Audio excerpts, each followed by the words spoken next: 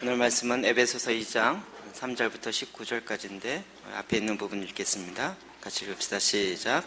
전에는 우리도 다 그 가운데서 우리 욕심의 욕심을 따라 지내며 육체와 마음에 원하는 것을 하여 다른 이들과 같이 본질상 진노의 자녀이었더니 긍휼이 풍성하신 하나님이 우리를 사랑하신 그 큰 사랑을 인하여 허물러 죽은 우리를 그리스도와 함께 살리셨고 너희는 은혜로 구원을 받은 것이라. 또 함께 살리시라. 그리스도 예수 안에서 함께 하늘에 앉히시니 이는 그리스도 예수 안에서 우리에게 자비하심으로써 그 은혜의 지극히 풍성함을 오는 여러 세대에 나타내려 하심이라. 이는 그로 말미암아 우리들이 한 성령 안에서 아버지께 나아감을 얻게 하려 하심이라. 그러므로 이제부터 너희는 외인도 아니요 나그네도 아니요 오직 성도들과 동일한 시민이요 하나님의 권속이라. 아멘. 네, 오늘은 부활절입니다. 계속 지금 생소와 관련돼서 우물과 관련돼서 우물을 다시 파라라는 부분에 제 마음속에 부담이 있었습니다. 매년 맞이하는 부활절, 우물을 파는 개념으로 볼 때 다시 부활절의 의미를 다시 생각해 보면 그냥 부활절을 기념하는 것이 아니라 부활의 삶을 사는 실제는 무엇일까? 우리가 이제 기념하는 것에 제 표현인데 기념하는 것에 질려 있지 않습니까? 요즘 현대인들이 기념하는 거 별로 이렇게 좋아하지 않습니다. 제가 그런지 모르지만 기념하는 것을 넘어서 실제 그 부활이 내 안에 들어와서 나에게 어떠한 영향을 미치고 그 부활의 삶이 내 안에 경험된 그리스도인들이 과연 어떤 삶으로 살아져야 되는가, 이 부분이 늘 고민이었습니다. 저는 개인적으로 이렇게 GBS 교재를 만든 적이 있었습니다. 그때 이제 보통 GBS 교재가 이렇게 세 파트로 나눠지는데 복음 전도를 위한 EBS, 그 다음에 그룹을 위한 그룹 바이블 스터디, 그 다음에 리더십 개발을 위한 리더십 바이블 스터디, 이렇게 이제 세 파트로 이제 레벨로 나누는데 보통 그룹 이렇게 성장, 영적 성장을 위한 그룹 바이블 스터디를 작성하다 보면 늘 제일 많이 나오는 단어가 새로운 삶의 길, 새로운이라는 거예요. 새로운 생명, 새 생명, 새 길, 새로운 이런 단어들이 많이 나옵니다. 저도 그냥 이렇게 당연히 이제 새로운 삶이다, 새로운 길이다, 이런 측면에서 계속 이렇게 쓰다가 제 안에 스스로 도전이 됐습니다. 도대체 무엇이 새로운 삶인가? 무엇이 새로운 길인가? 과거에 하나님을 알지 못했던 삶과 지금의 내 삶이, 교회 다니는 삶이 다르긴 하지만 과연 그 다름이 그냥 교회를 나오는 정도의 다름인가?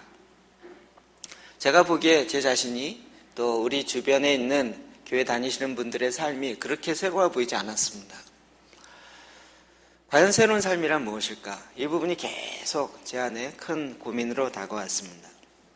그리고 어느 한순간 전체가 저의 이 새로운 패러다임이 좀 바뀌어지면서 새로운 기도, 새로운 말씀, 새로운 전도, 새로운 교회, 새로운 예배, 새로운 교제, 새로운 아웃리치 선교, 새로운 교육,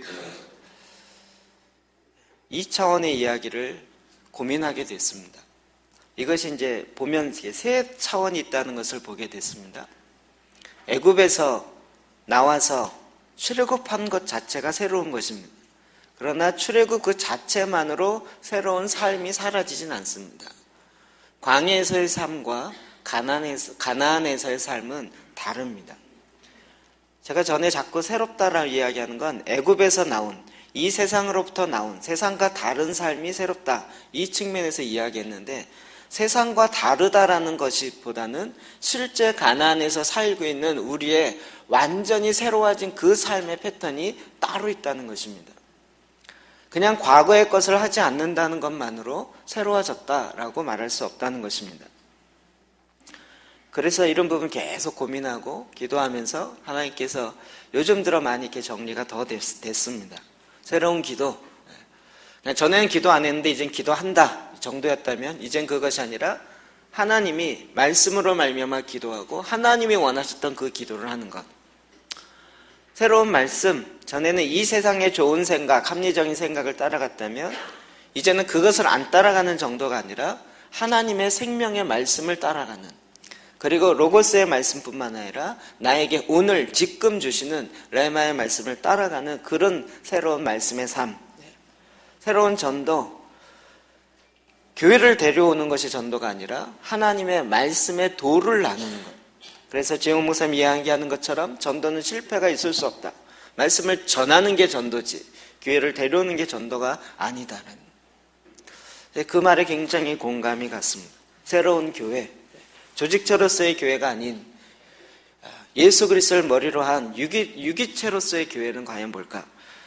새로운 예배, 종교적 예식이나 어떤 예전적 예배를 뛰어넘어서 정말 하나님의 임재가 있는, 하나님을 만나는 그런 예배. 새로운 친교, 펠로우십, 그냥 성도 간의 아름다운 교제를 나누는 것을 훨씬 뛰어넘어서 우리 안에 있는 예수 그리스도가 나눠지고 내 안에 있는 생명이 나눠지는 진정한 코이노니아가 우리 안에 시작되는 것이죠.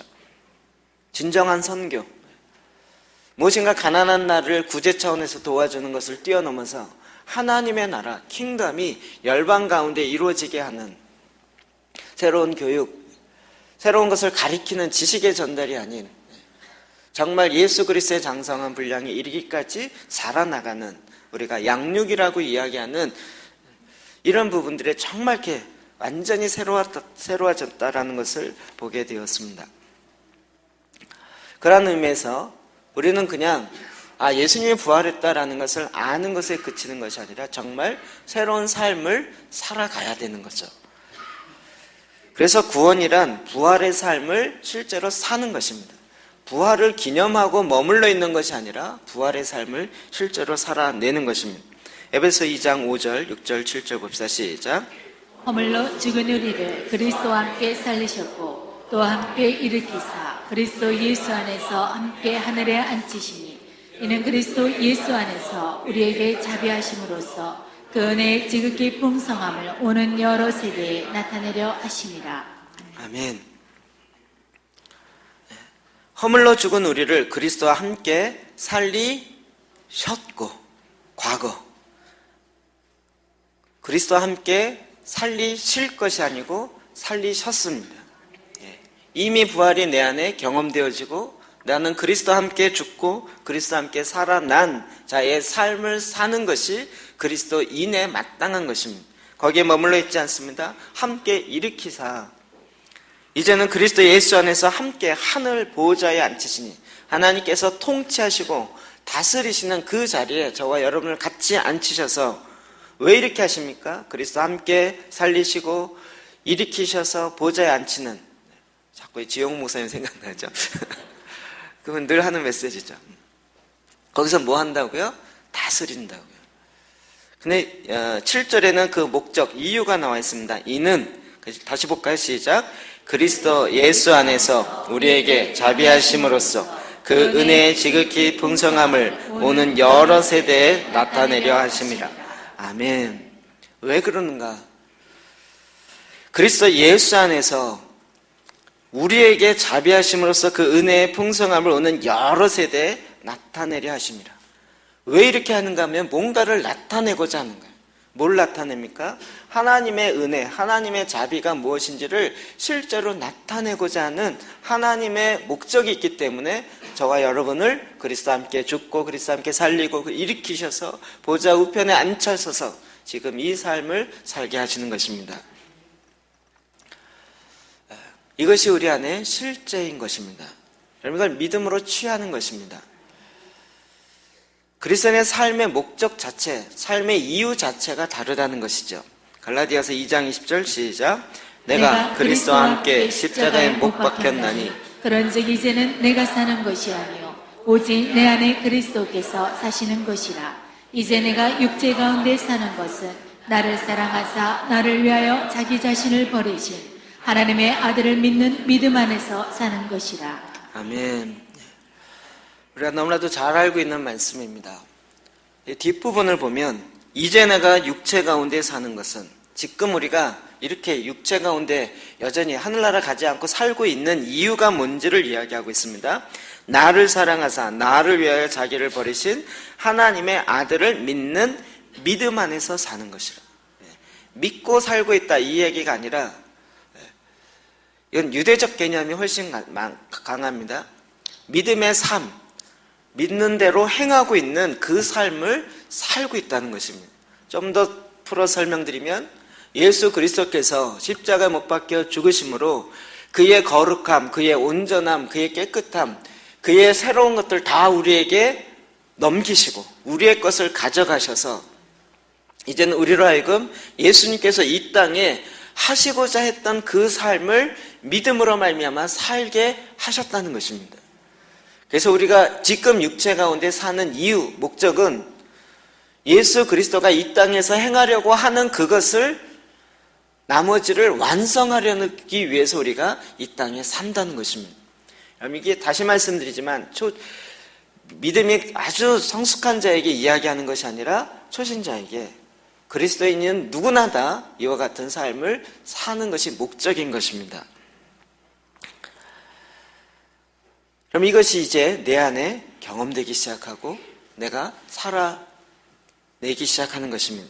에베소 3장 8절부터 볼까요? 시작.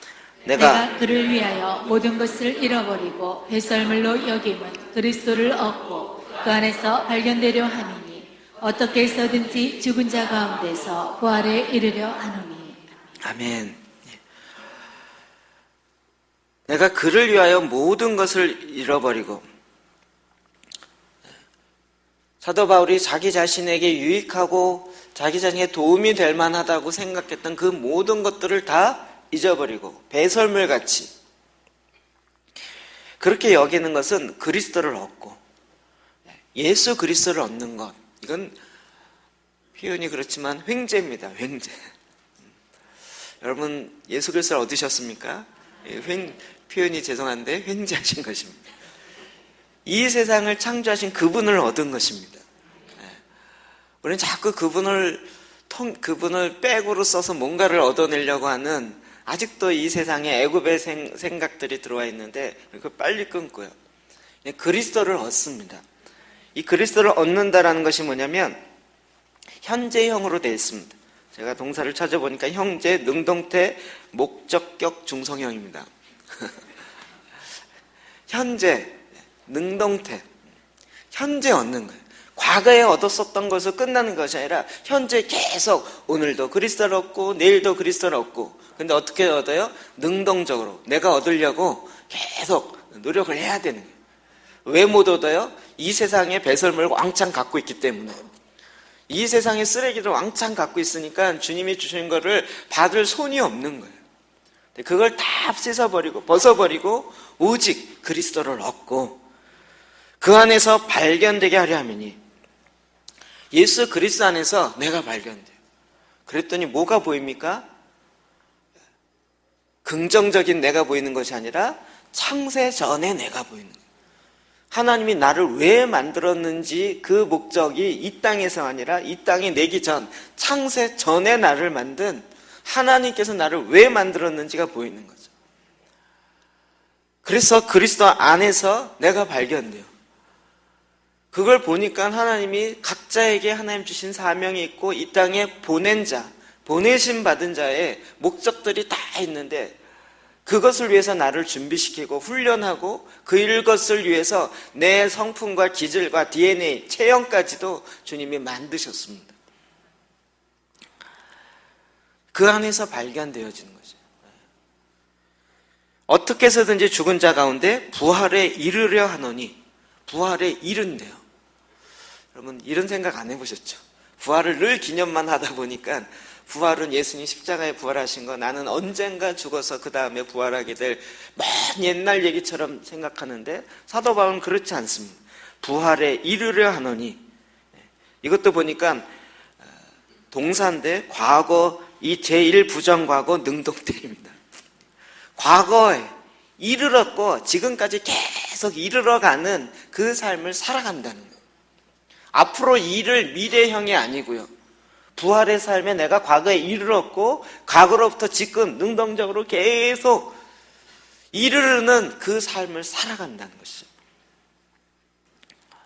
새로운 삶이란 내가 만들어내는 것이 아닌 하나님께서 내 안에 이미 창세 전에 만들어 놓았던 그것으로 회복해서 그 원래의 삶으로 살아내는, 어떤 면에서 부활이 새로운 창조보다는 새로운 과거의 창세 전에 있었던 삶으로의 회복.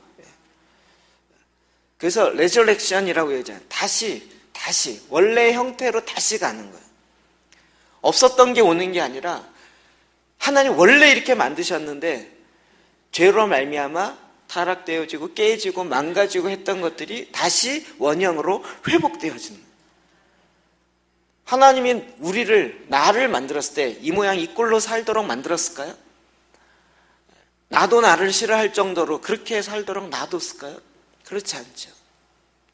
예수님이 십자가의 피로 값주시고 우리를 사셨을 때 그냥 이 땅에 적당히 살다가 가라고 예수님이 십자가에 못 박히시고 부활하셨을까요? 그렇지 않습니다. 이 땅을 향한 하나님의 창조의 목적 완성하고 하나님이 갖고 계셨던 그 계획을 이루게 하는 그 삶이요. 그러기 위해서는 우리가 다시 살아나야 되는 거예요. 부활의 삶을 우리가 살아야 되는 것입니다. 이것을 자꾸 괴리 현상을 놓고 간격을 두니까 부활의 삶은 먼 미래에 죽고 난 다음에 있을 것이라고 생각하고 오늘 우리가 살려고 하지를 않았던 것입니다. 예수 그리스도 안에서 내가 발견되어지는 삶, 그리스도로 말미암은 삶, 그리스도와 함께 살아가고 있는 그 삶, 어제도 그제도 일주일 전 얘기할 수가 없어요. 왜냐하면 어제 함께 있었던 일이 너무 크고 그제 했던 일이 함께 너무 크고요. 제가 금요일날 지영훈 목사님 집회 이렇게 오셨을 때 일찍 오시겠다 그랬는데 또 일이 생겨서 SOS가 오는 바람에 늦게 왔어요. 그래서 만나서 한 1년 반 만에 만났나요? 죄송한데 서로 얘기하기 바빠요. 1년 반 동안 있었던 얘기를 본인도 막 얘기하기 바쁘고 저도 잠깐 숨 쉴 때 확 뛰어 들어가서 우리 교회에 있었던 얘기 또 하기 바쁘고 서로 막 얘기하면 같이 오셨던 남목사님 이렇게 바라보면서 굉장히 신기한 듯이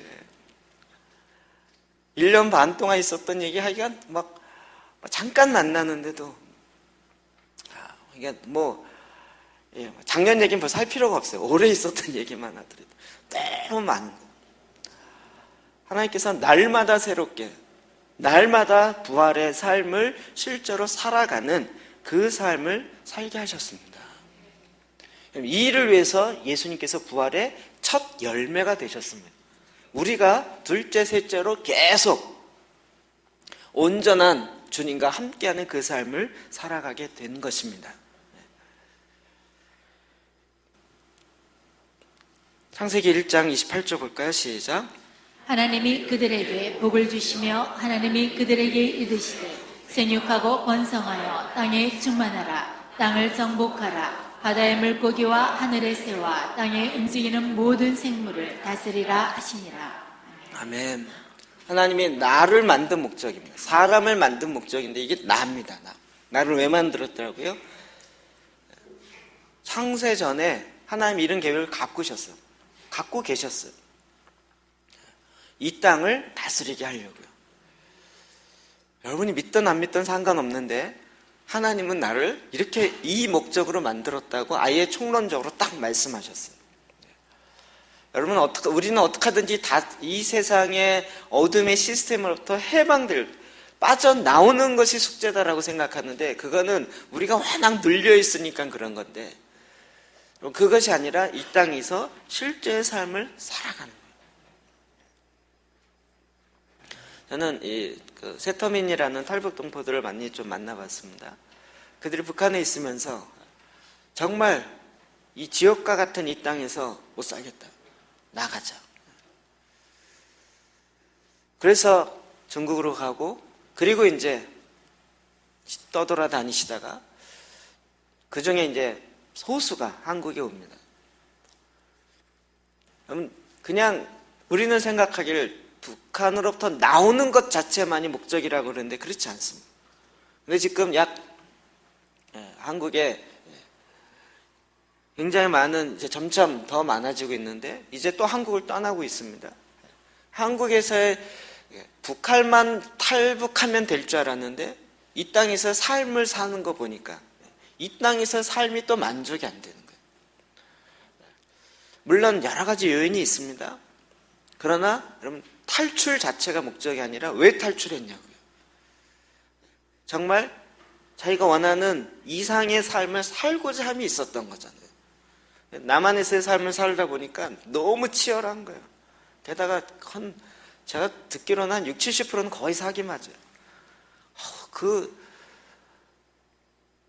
정말 그 정착금 나오는 1,600만 원, 2,000만 원 안 되는 그 돈을 사기 쳐먹는 사람들이 있어요. 그러면서 한두 번 당하고 나면 정말 이 땅이 그렇게 좋은 것만은 아니라는 것을 알고 다른 나라로 또 가고 싶어 하는 거예요.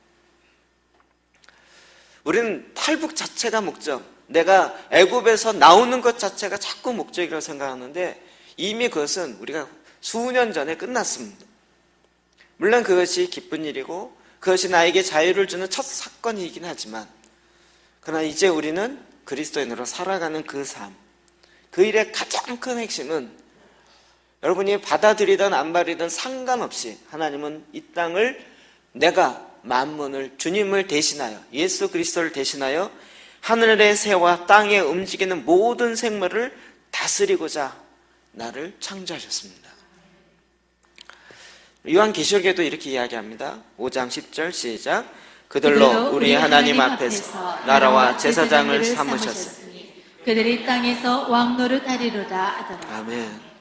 그들로, 우리 예수 그리스도 안에서 거듭난 부활의 삶을 살아가는 자들로 하여금 하나님의 나라, 킹덤, 하나님이 다스리는, 그리고 제사장을 삼으셨다는 거예요. 그래서 그들이 땅에서 왕노릇하리로다. 왕노릇 어떻게 합니까?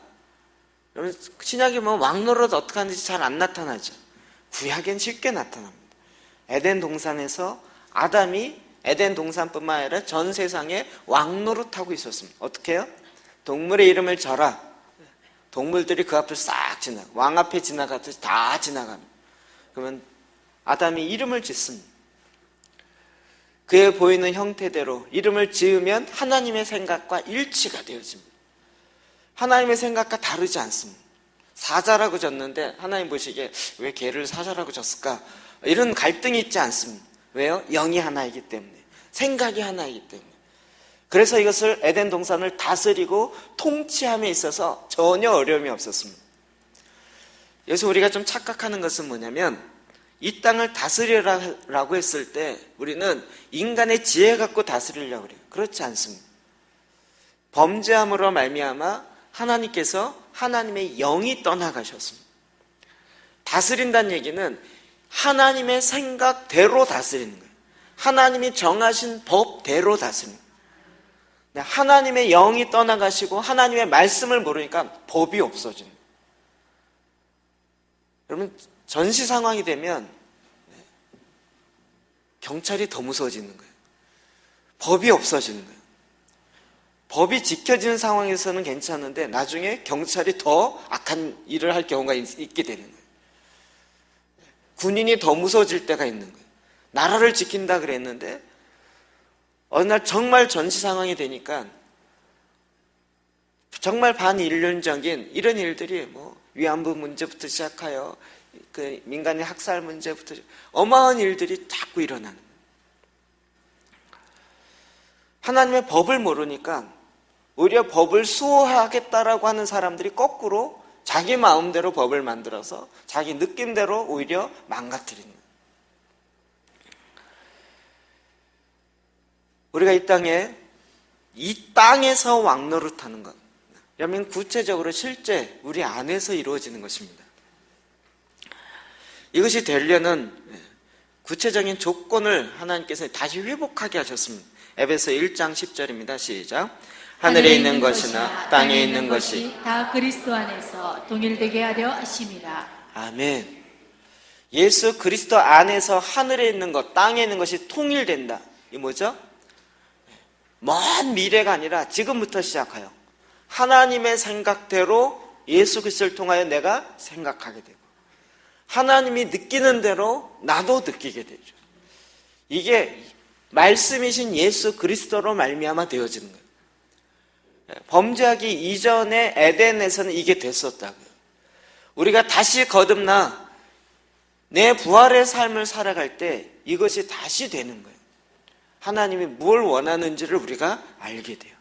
알려고 막 노력하는 것이 아니라 하나님의 말씀과 하나님의 성령이 임하시고 성령이 진리의 영으로 하나님의 깊이 있는 것까지도 알려서 우리에게 알려주시기를 원하시고 우리를 진리로 인도하셔서 내가 막 공부해서 아는 것이 아니라 성령께서 나로 하여금 계속 그리스도를 알게 하시고 말씀을 알게 하시고, 그래서 예수 그리스도 안에서 통일되게 하는, 하나가 되게 하세요. 마지막 때 예수님이 다시 오심으로 말미암아 하나님의 뜻대로 온전히 이 땅이 다스려지는, 신학적으로 얘기하는 천년 왕국의 다스림이 회복되어진 일들이 있을 것입니다. 근데 이것을 지금 저와 여러분이 여기서부터 계속 수업하고 있다고요. 여기서 우리가 중요한 조건이 무엇입니까? 그리스도 안에서입니다. 왜요? 부활하신 예수 그리스도 안에서 나의 죄악과 나의 눌림과 나의 모든 질병들을 주님이 다 가져가셨고, 이젠 주님이 채찍에 맞음으로 나는 나음을 입고요, 나의 미련함을 가져가시고 하나님의 지혜를 나에게 주시는 거예요. 하나님의 지혜는 하나님의 지혜에 가장 미련한 것은 인간의 지혜에 가장 탁월한 것보다 훨씬 높은 것이야. 우리는 그 지혜를 받아 그 지혜로 이 땅을 다스리는. 저는 솔로몬을 실패했다라고 생각하지 않다가 솔로몬을 전 생애를 보면서 그렇구나, 정말 하나님의 지혜의 영을 받아 시작했던, 정말 솔로몬처럼 좋은 환경에서 시작한 왕이 어디 있을까요? 아버지는 다윗. 그가 정말 막강한 나라와 국방력과 경제력을 만들어 놓고 그가 왕할 수 있는 모든 조건을 다 만들어 놓고, 너는 그냥 하나님의 말씀대로 다스리기만 해라. 그리고 하나님의 언약까지 받아서 내가 너의 가족, 너의 혈통을 통하여서, 너의 아들들을 통하여 너의 왕권이 계속되게 하리라. 완전히 보장되어진 자리예요. 그래서 지금도 기네스북에 최고의 부자 솔로몬으로 올라가 있어요. 최고의 부자. 정말 금을 돌처럼 여기며 공기를 하는데 이게 다이아몬드 갖고 공기를 하고 그냥 가서 이렇게 툭 던지는데 사파이 같은 거 툭 던져서 이렇게 시냇가 이렇게 흐르는데 그 돌들이 그냥 다 보석입니다. 이 수준으로 살았던 거예요. 그런데 그의 마지막 때 어떻게 돼 있습니까? 하나님을 버려요. 하나님의 말씀을 버려요. 그리고 많은 이방 여인들이 데리고 왔던 그 우상을 같이 섬겨요. 그래서 그의 노년에 했던 그 이야기, 헛되고 헛되니 헛되고 헛되다. 그가 정말 가장 좋은 상황에서 시작했지만, 그러나 그의 마지막 결론을 놓고 볼 때는 하나님의 말씀을 결국 떠나고요, 부활의 삶을 산 것이 아니라 그 지혜가 마치 자기의 지혜인 것처럼 착각하고, 그러므로 말미암아 자기의 데스티니를 잃어버리고 결국 하나님이 주신 계명을 놓쳐버리고 사람의 생각을 쫓아감으로 가장 처음과 나중이 정반대한 대표적인 인물이 솔로몬이 됐던 것이죠. 그럼 그것은 솔로몬의 지혜의 문제가 아니었고, 그가 하나님의 말씀 앞에 부활의 삶을 실제로 살았는가 하는 것의 문제였죠. 오늘 저와 여러분이 정말 중요한 것은 이 부활의 삶이 내 안에 실제가 되어지는 거예요. 솔로몬의 지혜가 필요한 것이 아닌 그 지혜를 주시는 하나님의 영이 내 안에 임하셔서 내 삶이 성령의 인도하심 따라 말미암아 살아가는 그 삶으로 살아가기 시작하는 거예요. 성령으로 말미암아 육의 생각을 죽이고 하나님의 영의 생각을 따르는 그 삶이 내 안에 부활의 삶을 살게 하는 것입니다. 이것을 위해서 주님 우리에게 영생을 허락하셨습니다. 요한복음 17장 3절 11절 시작. 영생은 곧 유일하신 참 하나님과 그가 보내신 자 예수 그리스도를 아는 것이니이다. 우리와 같이 그들도 하나가 되게 하옵소서. 아멘.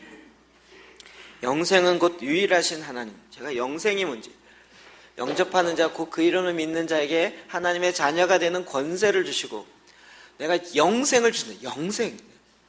저 영생으로 자꾸 영생교가 생각나서 죽지 않고 영원히 사는. 그래서 영생이 성경의 정의가 됐다라는 것을 한 번도 본 적이 없었어요. 그래서 요한복음 17장 보면서 깜짝 놀랐어요. 영생은 딱 아예 정확하게 정의가 돼 있어요. 곧 영생은 뭐냐면 곧 이건데 유일하신 참 하나님과 그가 보내신 자 예수 그리스도를 아는 것입니다. 지적인 알미 아니라 인격적인 알을 이야기합니다. 영생은 하나님을 아는 것입니다. 예수 그리스도를 아는 것입니다. 그가 보내신 예수 그리스도, 그의 입으로부터 나오는 그 말씀을 아는 것입니다. 그래서 우리도 성부, 성자, 성령님이 하나인 것처럼 우리와 같이가 바로 이것이에요. 성부, 성자, 성령님이 하나인 것 같이 그들도 하나가 되게 하십시오. 무엇으로 하나 돼요? 성부, 성자, 성령으로 하나 돼요. 우린 하나일세 노래 부르고 이렇게 같이 밥 먹고 그래서 하나 되는 게 아니고요. 하나님의 영으로 말미암아 거듭난 사람으로 한 영으로 한 믿음과 한 소망을 갖고 한 입으로 동일한 말을 하기 때문에 그리스도 안에서 예수 그리스도와 하나가 되는 거죠. 이렇게 보니까 어려운 얘기 아니시죠? 당연한 얘기라고 느껴지시죠? 당연한 얘기를 30년 만에 깨달았을까 생각해 드시죠? 우리에게 그래서 요구되는 건 무엇입니까? 에베소 4장 13절 시작.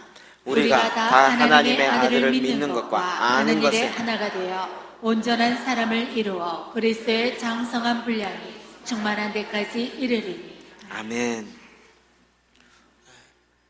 하나님을 아는 것과 믿는 것과 아는 일에 하나가 되어서 그럼 나를 향한 하나님의 부르심의 사명이 무엇인지 아는 것에 하나님의 뜻과 내 생각이 하나가 돼야 되는 거죠.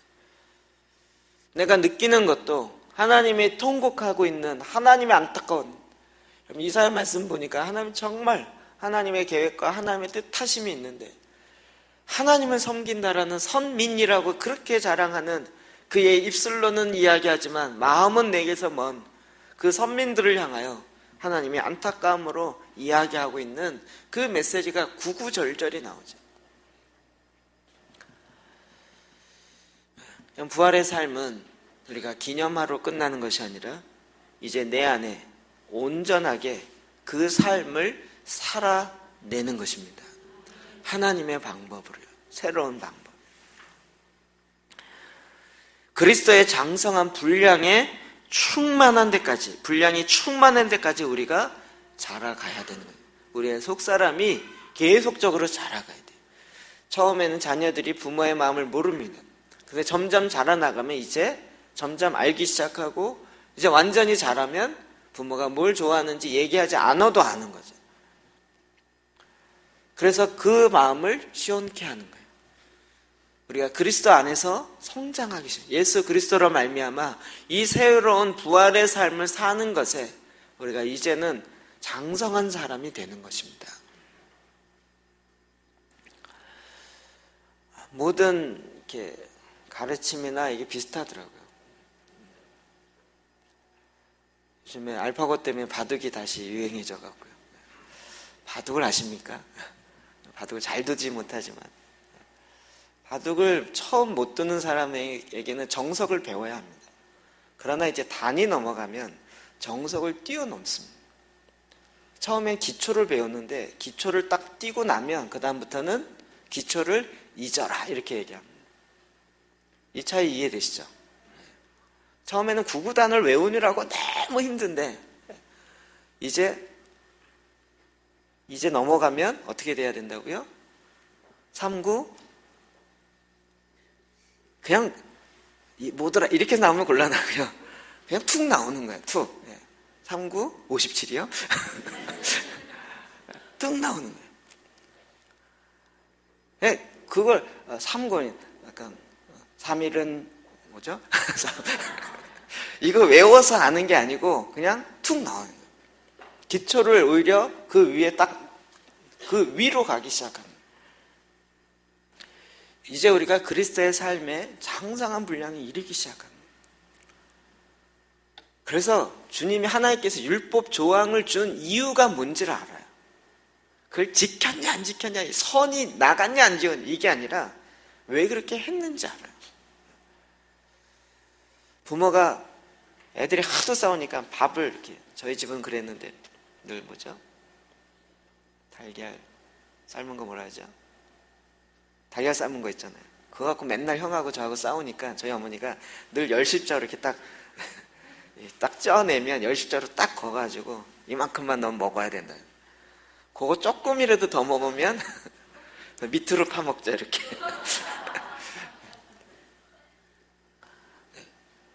부모가 이걸 딱 긋는 이유는 왜요? 싸우지 말고 화목하게 먹으란 얘기죠. 너 이걸 넘어가면 내가 널 죽여버리겠다. 이 뜻이 아니라는 거예요. 이유를 아시겠죠? 그래서 장성한 사람이 돼서는 이걸 아는 거죠. 그래서 초등학교 1학년 때도 학교에서 걸레를 만들어 오래요. 가로 30, 세로 20. 부모한테 이야기했어요. 걸레 만들어요. 엄마 알았어. 그래갖고 만들어 갔는데 가로 50, 세로 30 이렇게 크게 만들었어요. 안 된다고. 30 이게 왜 30은? 엄마가 잔소리 말고 가져가라. 혼났어요. 안 되는데. 집에 학교 가갖고 제출하는데 선생님 혼날 줄 알고 큰일 났다. 이거 어떡하냐. 하고 걸레 딱 냈는데 선생님이 아무렇지도 않게 딱 받으시는 거예요. 이때 이 속은 거. 도대체 두 사람끼리 짰나? 분명히 30이시라 그랬는데 이게 왜 서로 이렇게 그땐 전화도 이렇게 흔치 않을 때인데 이게 왜 됐을까요? 뭔 얘기인지 아시겠죠? 장성한 사람이 되니까 여러분 걸레가 30, 20이든 50, 30이든 걸레가 걸레지. 그 정도 사이즈를 갖고 오라는 얘기지. 우리는 모르니까 막 요거 따지는 거예요. 안식일을 지키냐 안 지키냐. 이제 좀 그런 초보적 싸움은 그만했으면 좋겠어요. 요게 옳으냐 그러냐. 이거 음식을 이걸 먹어야 되냐 말아야 되냐. 정말 믿음의 초보를 이제 벗어나세요. 그리스도의 장성한 분량이 이르렀어요.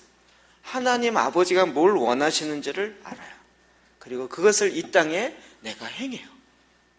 이제 내 삶은 내가 아니요 내 안에 그리스도가 사는 것인데 주님이 이 땅에 하고자 하는 거예요.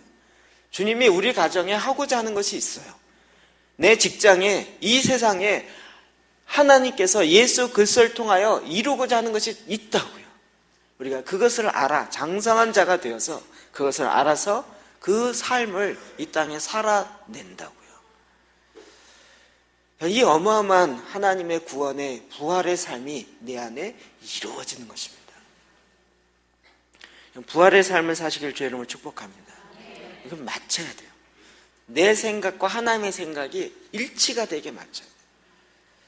하나님의 생각을 조금 받아들이고 하나님의 정보를 주세요. 이 정도가 아니라 생각하는 것이 하나님의 생각의 패턴과 내 생각의 패턴이 같은 수준에 가야 됩니다. 제가 지영 목사님 책을 다시 목차를 좀 보면서요. 이번에 네 번째, 세 번째. 말씀으로 생각을 태우라 이렇게 나오죠. 책 소개하는 것 같은데. 말씀으로 생각을 태우래요.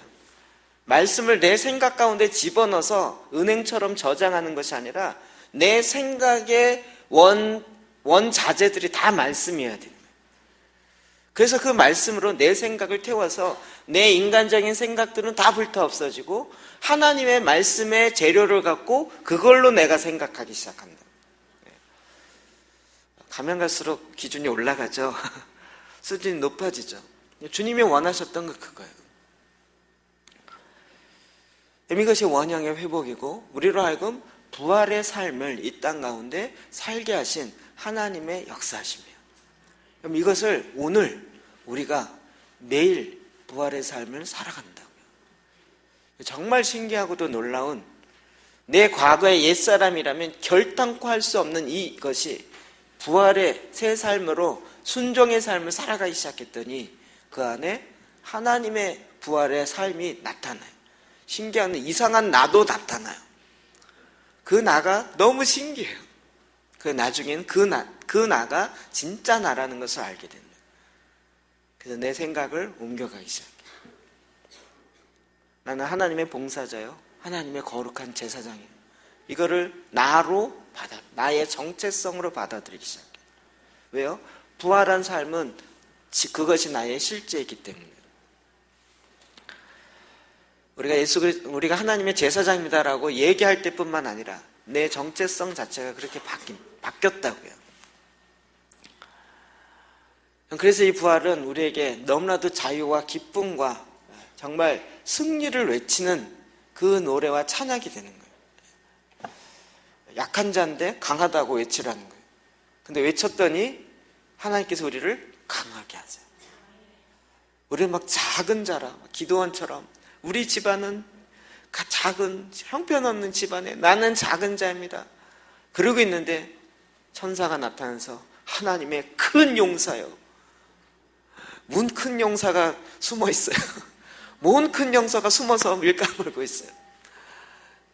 하나님은 그를 큰 용사라고 이미 창세전에 보신 거예요. 근데 결과를 보니까 큰 용사죠. 칼을 갖고 있지 않고 저는 한 손에 항아리, 한 손에 횃불 이게 뭔지 몰랐는데 칼을 안 가졌다니. 전쟁 나가는데 칼을 안 갖고 나요. 300명이.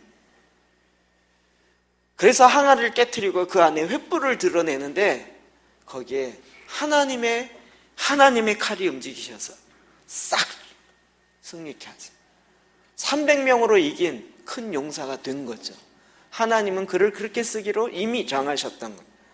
그는 자기 자신을 약한 자라고 생각하고 있었는데 하나님의 말씀을 듣고 그 말씀으로 내 생각을 태우기 시작하고 그 말씀을 기초로 들여 살기 시작하니까 거기 부활의 그리스도 안에서 내가 발견되는 거죠. 그래서 지금 이거 하자는 거예요. 계속. 뿐만 아닙니다. 하나님은 더 놀랍게 킹덤, 나라를 회복하십니다. 오늘부터는 제가 이 나라에 대한 이야기를 더 많이 하려고 합니다. 출애굽기 19장 5절 6절 시작. 세계가 다 내게 속하였나니 너희가 내 말을 잘 듣고 내 언약을 지키면 너희는 모든 민족 중에서 내 소유가 되겠고 너희가 내게 대하여 제사장 나라가 되며 거룩한 백성이 되리라. 아멘.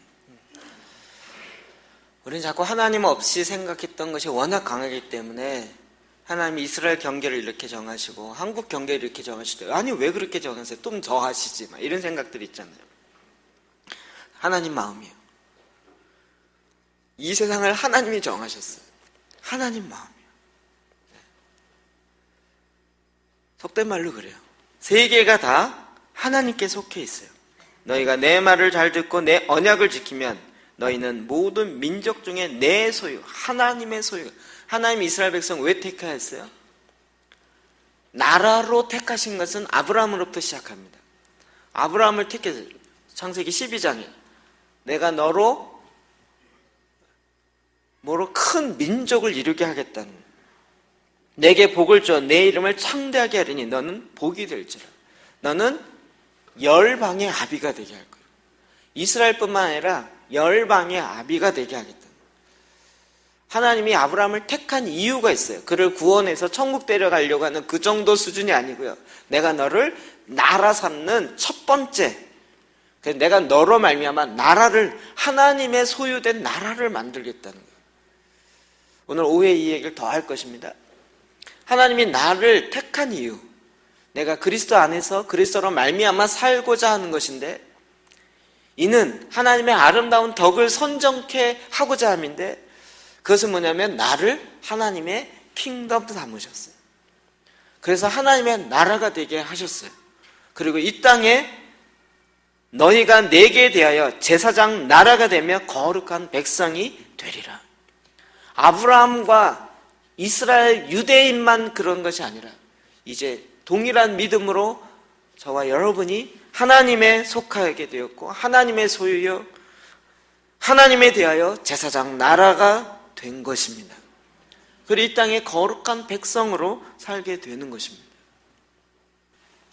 하나님은 이렇게 하나님의 백성 가운데는 엄격한 기준을 제시하셨습니다. 신명기 28장 25절 시작. 여호와께서 내 적군 앞에서 너를 패하게 하시리니 내가 그들을 치러 한 길로 나가서 그들 앞에서 7길로 도망할 것이며 내가 또 땅의 모든 나라 중에 흩어지고. 아멘. 하나님의 제사장 나라에게는 하나님께서 좀 엄격한 기준을 제시하셨습니다. 이 신명기 28장 축복의 장, 저주의 장이라고 얘기하는 것이잖아요. 그런데 그 15절부터 보면 내가 만일 내 하나님 여호와의 말씀을 순종하지 아니하며 내가 오늘 내게 명령하는 그의 모든 명령과 규례를 지켜 행하지 아니하면 이 모든 저주가 내게 임하며 내게 이를 것이니, 이 모든 저주가 내게 임한대요. 어떻게 됐어요? 25절 보니까 또 땅의 모든 나라 중에 흩어진다는 거예요. 이 말씀이 이루어졌습니까? 안 이루어졌습니까? 그렇죠? 디아스포라로 제일 많이 흩어진 민족이 어느 나라입니까? 이스라엘이요. 그 다음에 한국이요. 한국이 희한하게 흩어졌어요. 한국, 여기 놀라운 하나님의 계획하심이 있습니다. 여기에 이스라엘에 대한, 여러분 이제 이 좀 어려운 숙제이지만 여러분 이걸 좀 풀어내야 이 우물의 샘이 다음 주부터 이야기하는 이게 어마어마하게 풀어지게 됩니다. 하나님은 이스라엘이 실제 이렇게 됐지만 거기서 끝나는 것이 아니라 또 하나님이 예언하셨어요. 에스겔 36장 24절 시작. 내가 너희를 여러 나라 가운데에서 인도하여 내고 여러 민족 가운데에서 모아 데리고 고국 땅에 들어가서. 그들이 열방 가운데 흩어지겠다. 그런데 다시 고국 땅에 돌아오겠다. 고토로 돌아오겠다 하는 거예요. 이스라엘 백성을 열방 가운데 흩어겠다. 그러면 이게 1차적으로는 바벨론에 의해서 70년 만에 다시 돌아오는 사건이었습니다. 그러나 거기서 끝나지 않습니다. AD 70년에 예루살렘 성전이 다 무너지면서 그때부터 시작하여 이스라엘은 완전히 열방 가운데 흩어지는 자들이 되었습니다. 그리고 1900년 동안 나라가 없었습니다. 그 땅이 없었습니다. 그런데 1948년에 이스라엘이 다시 원래 땅으로 고토로 돌아왔습니다. 저는 이것을 그냥 한 나라가 생겼는가 보다 생각했는데 이사야 선지자를 통해서 성경 말씀을 보면 볼수록 이건 무엇이에요? 하나님의 예언의 성취였습니다. 어찌 나라가 하루 만에 생기며 어찌 1900년 만에 그 흩어졌던 민족이 다시 모이는 그 나라가 이 세상에 어디 있겠느냐? 여러분 도대체 이런 연극도 이런 시나리오가 있을 수 있을까요? 이 연극을 보려면 2000년 이상 살아야 돼요. 흩어졌는데 1900년 동안 우리나라 사만시대입니다. 여러분 기억나세요? 사만시대 훨씬 전에 없어졌던 백제도 아니고 가야 시대예요. 가야가 다시 태어나 나라를 이룬다. 그럼 누가 가야 민족이에요? 가야 족속은 누구예요? 있을 수 없는 일입니다. 어떤 제국이라 할지라도 지금까지 이렇게 되어 있는 나라가 없습니다. 그런데 하나님이 예언하셨고 그 나라가 드디어 고국에 모이기 시작했습니다. 자, 이걸 생각하면 생각할수록 하나님의 예언이에요. 예언의 성취를 우리는 본 것이에요. 이 성취를 봤다라는 게 뭘 의미하느냐? 이스라엘이 다시 고국 가운데 돌아온다 이 이야기는 나라의 회복이요 하나님의 킹덤이 완성되어지는 마지막 엔타임의 시작이라는 거죠. 마지막 때의 시작은 이스라엘의 회복과 함께 갑니다. 그래서 마태복음 24장 14절에 이렇게 이야기하고 있습니다. 시작. 이 천국 복음이 모든 민족에게 등언되기 위하여 온 세상에 전파되리니 그제야 끝이 오리라. 온 세상에 천국 복음이 전파돼서, 여러분 그 앞부분에 이 모든 일들이 증언이 다 이루어져야 돼요. 그 중에 하나가 무엇입니까? 이스라엘이 다시 돌아와야 돼요. 그럼 이게 돌아오지 않았기 때문에 중세 이후부터 지금까지 이스라엘은 없어졌고, 이스라엘을 대신해서 교회가 영적 이스라엘이 되었다라고 생각했었습니다. 그 의미도 있습니다. 그러나 그것과 함께 하나님은 정말 집요하게 문자 그대로 이스라엘이 다시 돌아오게 되는 거예요. 그걸 우리의 눈으로 보게 되어지고 그 의미가 무엇인지 알게 되는 거예요. 여러분, 나라가 다시 부활하였습니다. 그 부활한 나라를 우리는 지금 눈으로 똑똑히 보고 있습니다. 그리고 그로 말미암아 이루어지는 하나님의 이 영적인 세계의 실제가, 예언이 2700, 2800년도에 했었던 예언이 지금 우리 눈앞에 보여지고 있는 것을 정확하게 봅니다. 그럼 1900년 만에 나라가 다시 새로워진 것을 볼 때, 여러분 이것이 갖고 있는 하나님의 의미가 무엇을 얘기하려고 하는지 여러분 그것을 정확하게 볼 수 있습니다. 하나님께서 아브라함을 선택한 그 이유, 내가 너로 열방의 아비가 되게 할 것이다. 그리고 너희를 선택된 나의 제사장 나라가 되게 할 것이다를 다시 일으키겠다는 것입니다. 저와 여러분을 통하여서 어떤 국가를, 네이션을 일으키겠다가 아니라 하나님의 킹덤이 예수 그리스도를 통하여 완성하여 이루려고 하는 바로 그 나라를 일으키겠다는 거예요. 그래서 내가 너희로 거듭나서 부활의 삶을 그냥 딱 살아서 하늘나라 데려가는 것이 아니라 이 땅에 살게 하는 이유는, 예수 그리스도 안에서 예수 그리스도로 말미암아 살게 하는 이유는 바로 그 나라와 그 뜻, 의를 이루기 위해서요. 마태복음 6장 33절 시작. 그런즉 너희는 먼저 그의 나라와 그의 의를 구하라. 그리하면 이 모든 것을 너희에게 더하시리라. 아멘. 그럼 그 부활이 내 안에서만 이루어진 것뿐만 아니라 이제 하나님의 킹덤이 이루어지는 것입니다. 완성되어지는 것이고, 우리는 예수 그리스도로 말미암아 새 영생을 얻었고 곧바로 천국 가지 않고 이 땅에 지금 살아야 할 이유가 예수 그리스도를 믿는 믿음 안에 사는 것인데, 그 믿음 안에 삶은 예수님이 이 땅에서 예수님의 킹덤을 이루려고 하는 그 삶을 저와 여러분에게 주면서 이 땅에서 다스리려는 그 삶을 다시 살게 하신 것입니다. 하나님의 나라가 부활의 킹덤의 시작으로 오기 시작한 것입니다. 갑자기 생각이 확 넓혀지시죠. 그럼 이것은 해도 되고 안 해도 되고 하는 것이 아니라 우리 모두가 하나님의 백성 앞에, 백성으로 하나님의 나라, 킹덤을 내 삶에 그 다스림을 받고 순종하여 가기 시작하는. 제가 인터넷에 떠돌아다니는 걸 보면서 깜짝 놀랐어요. 요즘에 유행하는 드라마가 있더라고요.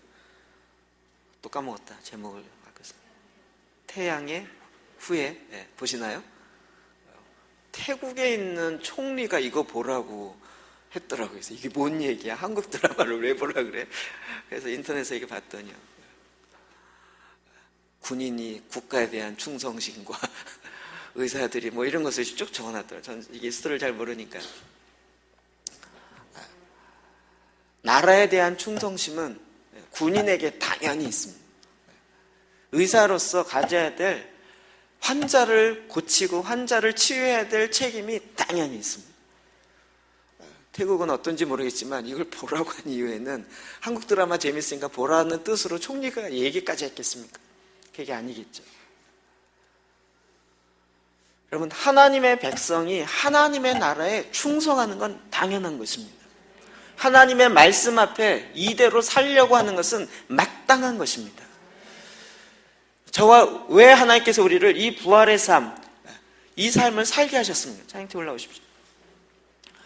우리로 하여금 먼저 하나님의 나라를 구하라, 이것이 그냥 그냥 구하기만 하는 것이 아니라 이 땅에 하나님의 나라가 만들어지는, 킹덤이 이 땅에 이루어지는 이 삶을 살아라. 이 삶을 살 수 있는 기회를 우리에게 주시려고 부활의 삶을 이 땅에 살게 하신 것입니다. 그럼 기념하는 것으로 끝날 수 없습니다. 결코 끝날 수 없습니다. 이제는 우리가 이 땅에 부활의 삶을 살아내는데, 그것은 예수 그리스도로 살아가는 삶이요, 예수님이 이 땅에 이루고자 하는 그 뜻이, 그 나라가 무엇인지를 알고 그것을 이 땅에 이루어가는 삶이요, 그 뜻을 알고 뜻을 이루어가는. 그럼 뜻은 어디 있습니까? 말씀이에요. 너무 당연하게 누가 만들어내는 것이 아니고 하나님이 이미 창세전부터 갖고 내 뜻은 이거니라 라고 지속적으로 이야기했던 그 말씀으로 내 생각에 완전히 태워서 그동안 육체에 속했던 내 사람의 생각들은 완전히 타버리고 이제는 말씀으로 생각하고 말씀으로 느끼고 말씀으로 살아가는 이 왕으로 제사장의 삶, 나라를 이루는 삶, 하나님의 뜻, 의를 이루어가는 그 삶을 먼저 구하라 라고 말씀하신 것입니다. 주님이 이것에 이제 마지막 때를 보여주셨습니다. 여러분, 그 시대를 정확하게 보고 있습니다. 이스라엘의 독립이 우리 눈앞에 있습니다. 봤습니다. 그리고 이제 그때 한때가 되지 못한 내가 오리라라고 하는 그것이 오고 있습니다. 길게 봐야 100년입니다. 한때를 학자마다 다른데 40년, 이스라엘 때문에 출애굽해서 있는 40년, 아니면 70년, 아니면 100년 봅니다. 저는 예수님이 언제 온다고 얘기하진 않습니다. 그러다 이단되기 때문에. 한때가 지나지 않아서 오리라라고 하셨습니다. 길게 봐야 100년입니다. 여러분, 이스라엘 독립을 48년으로 보던, 예루살렘 회복을 하는 67년으로 보던 벌써 60년, 70년이 지나갔습니다. 긴 세월이 아닐 것입니다. 여러분, 이때 우리가 지금 나머지 주님이 이 땅에 우리를 보낸 이 일을 이루어야 가는 것입니다. 여러분, 이 부활의 삶을 오늘 내 삶의 현장에서 살아내시기를 주의 이름으로 축복합니다. 기도합시다.